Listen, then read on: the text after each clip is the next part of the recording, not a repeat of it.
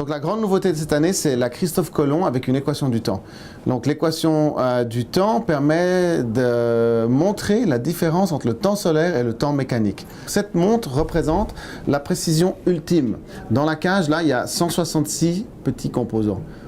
Dans un tourbillon, en général, il y en a entre 50 et 60. Vous avez une montre élégante, très fine. On laisse le mécanisme se promener, si je peux m'exprimer ainsi, en 3 dimensions au travers de cette sphère. On arrive justement à voir que le mécanisme, quelle que soit la position de la montre, se déplace dans toutes les positions. Donc la gravité a un effet constant sur le spiral et le balancier. C'est une série limitée de 75 pièces. Vous savez qu'en 2003, Zenith est venu avec le concept Open.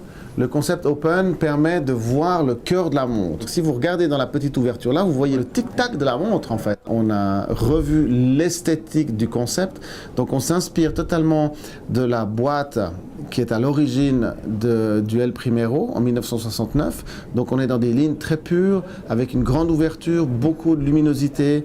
C'est une montre qui est très en fait traditionnelle, mais en même temps très contemporaine. Et ici, on a notre nouveauté de cette année, qui est une montre qui est inspirée du dernier chronographe qu'on a fait pour l'armée de l'air française. Et c'est une montre qui a un flyback, ce qui veut dire que avec cette position-là, vous faites avec un seul poussoir la remise à zéro et le start du chronographe. Ça a été inventé par les pilotes. Ça leur permettait, pendant qu'ils tenaient le manche, de pouvoir très vite faire une remise à zéro et un start tout en restant concentré, plutôt que de devoir faire stop, reset et start de nouveau.